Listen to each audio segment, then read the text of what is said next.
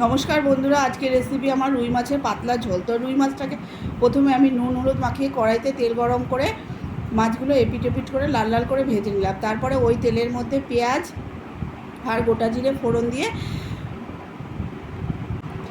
ডাঁটা আলু আর লম্বা লম্বা করে ভেন্ডি কেটে ভেজে নিলাম। ওগুলো ভেজে তারপরে একটুখানি নুন হলুদ আর আদা জিরে টমেটো আর একটু পেঁয়াজ পেস্ট দিয়ে ভালো করে মশলাটা কষিয়ে নিলাম।